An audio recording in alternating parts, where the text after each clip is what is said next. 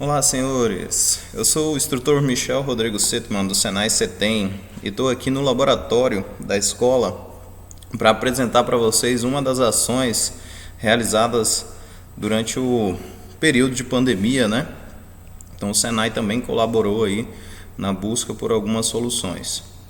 E esse projeto que a gente realizou visava aí a manutenção de respiradores hospitalares, né? Então, foi muito necessário, principalmente no início da pandemia, onde havia aí uma sobrecarga sobre o sistema hospitalar do país, né?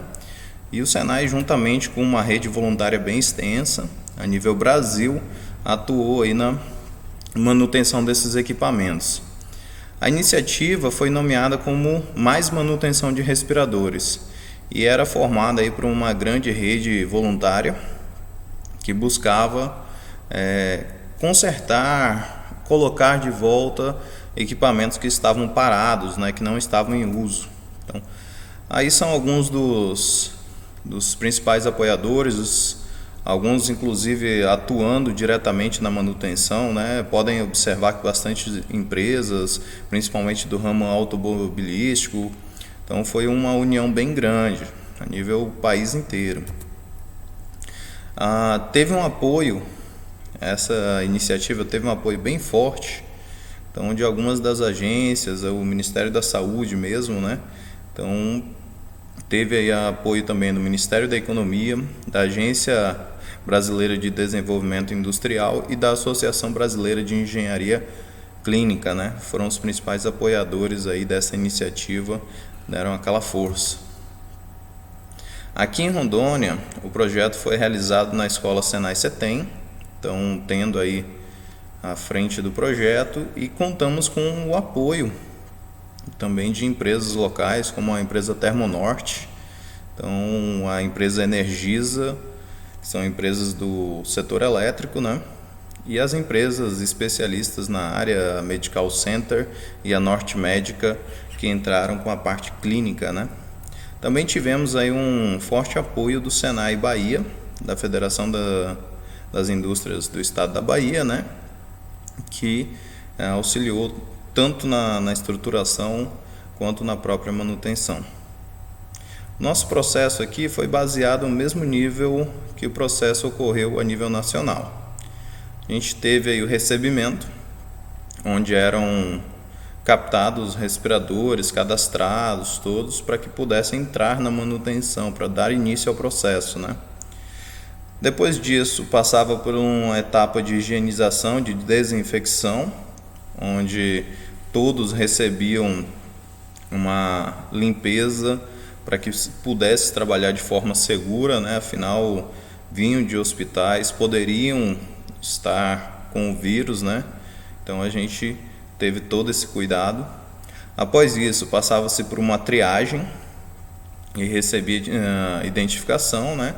Nessa triagem já eram observados alguns pontos, já observava a necessidade de determinada manutenção, e com isso ele poderia ir ou para manutenção eletrônica ou mecânica, ou até mesmo para as duas, né? Então, na manutenção eletrônica, que no meu caso foi minha atuação aqui no estado, né, juntamente com os técnicos da Termonorte, a manutenção mecânica ficou por parte deles, e a manutenção eletrônica ficou juntamente com o profissional técnico Eli, né? Então, na eletrônica a gente visava as placas, visava os componentes, as fontes, então buscava reparar os defeitos que poderiam vir aí. Depois a gente até comenta um pouquinho. A manutenção mecânica, ela buscava mais a parte de válvulas, compressores, a parte pneumática, então foi a maior parte da atuação mecânica. Se o respirador fosse consertado, se ele passasse por essa etapa da manutenção, ele vai para calibração e teste. Então, onde as empresas especialistas na área tudo iriam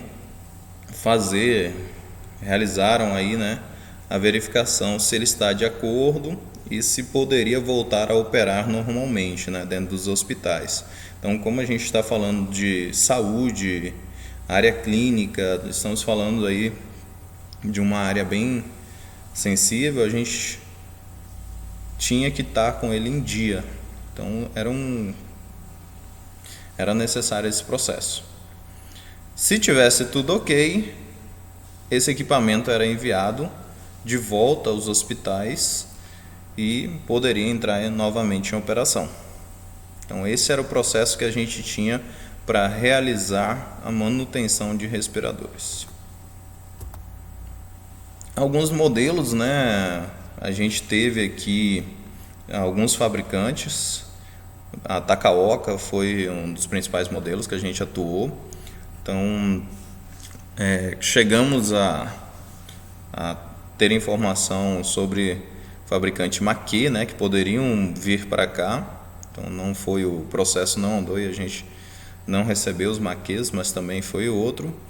E vários outros que passaram não só aqui no estado como a nível Brasil. Então esses são os principais a nível Brasil, na faixa aí de 65 mil respiradores. 71% desses equipamentos estariam no SUS. Então o atendimento principal foi a rede pública, né? Foi atendimento ao SUS. Aqui em Rondônia, o nosso processo, como já foi apresentado, ele seguiu aquela orientação nacional de realizar a coleta e depois a gente continuar com o processo até conseguir a manutenção, a calibração e teste e finalizar com a expedição. Então, nos próximos slides a gente vai conhecer, vai ver um pouquinho como foi realizado cada uma dessas etapas, tá? Primeiramente, a limpeza, né? Como falei, é necessário que realize a limpeza, que fosse feita a desinfecção. Então a gente utilizou bastante o álcool, tanto líquido, álcool em gel. Então também foi utilizado produtos de desinfecção mesmo para manter os equipamentos em condição de segurança para que não haja nenhum tipo de infecção, nenhum problema. Como eu comentei anteriormente, eles vieram dos hospitais. Se a gente não tiver atenção e o cuidado, a gente poderia acabar se contaminando a equipe. Então, logo na entrada do galpão, dos nossos laboratórios, era feito esse procedimento. Então, o trabalhador devidamente equipado, e após essa higienização, o equipamento passava por um período de no mínimo 48 horas sem nenhuma intervenção. Então ficava ali estocado para que pudesse evitar qualquer tipo de contaminação ali durante o processo de manutenção. Na manutenção, após a saída da higienização, da limpeza, né, passar pelo período aqui, a gente levava ele para manutenção. Então aqui já oferecia uma certa segurança, né, já deixamos ele em condições. Eu vou passar rapidamente um vídeo do momento do nosso primeiro respirador aí entrando em operação. Ele não estava totalmente, não tinha calibração, não foi realizada uma manutenção completa, mas só de conseguir um equipamento que estava em desuso por um bom tempo, conseguir colocar ele voltar a funcionar novamente, foi um grande feito para a gente. Então a gente teve aí a execução, os testes com esse equipamento. Foi possível a gente observar ele funcionando novamente. Então, salvo engano, a etiqueta da última manutenção dele tinha sido de 2008. Tinha problemas na fonte, tinha problema com as válvulas, tudo. Então a gente conseguiu colocar ele para operar. Isso devido ao apoio aí das empresas e um trabalho forte entre os técnicos, né? Uma interação bem legal aí para poder voltar com a operação dele. Esse foi o modelo Takaoka Color. A gente teve que utilizar fontes externas para poder operar e testar.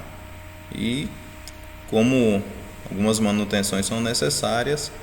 A gente tem que retirar componentes, testar placas, parte a parte. Então foi bem interessante esse momento para a equipe. E para não delongar tanto, qual foi o resultado dessa iniciativa aqui no estado? A gente teve aí, recebemos do hospital de base 4 equipamentos do modelo Takaoka e da marca Dixtal. Desses, 3 não conseguimos manutenção. Os Takaokas tiveram problemas, não conseguimos nem operar ele, né? Algum problema relacionado a software, a processador, não conseguimos avançar com a manutenção dele.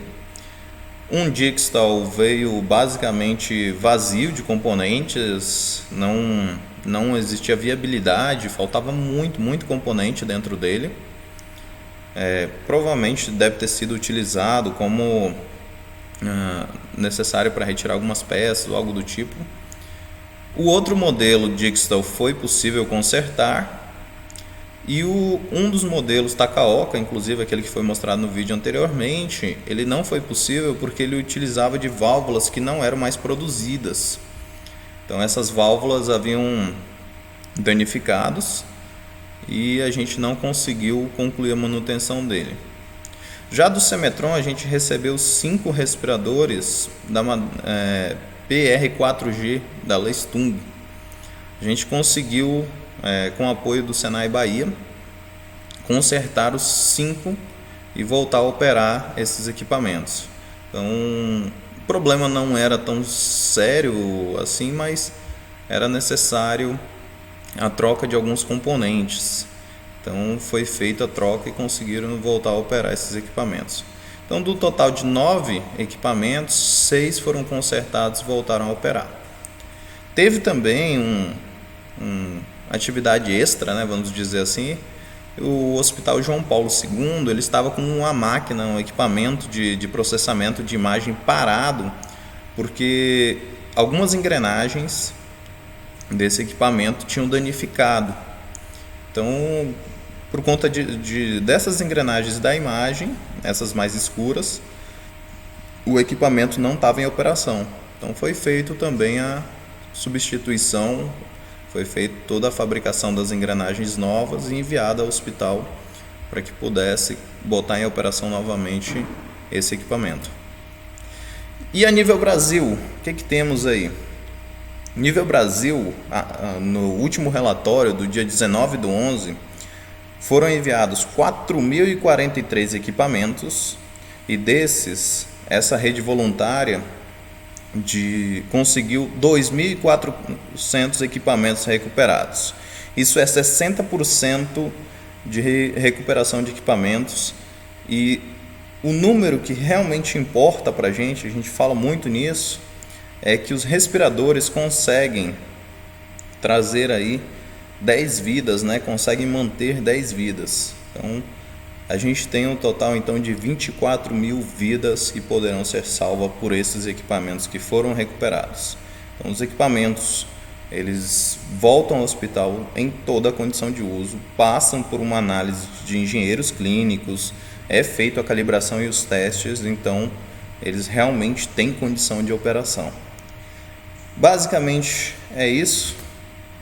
A gente vai superar essa crise, a gente vai conseguir combater essa grande pandemia, e agradeço a todos aí por assistirem, por curtirem esse momento, e vamos aí para o nosso Mundo Senai.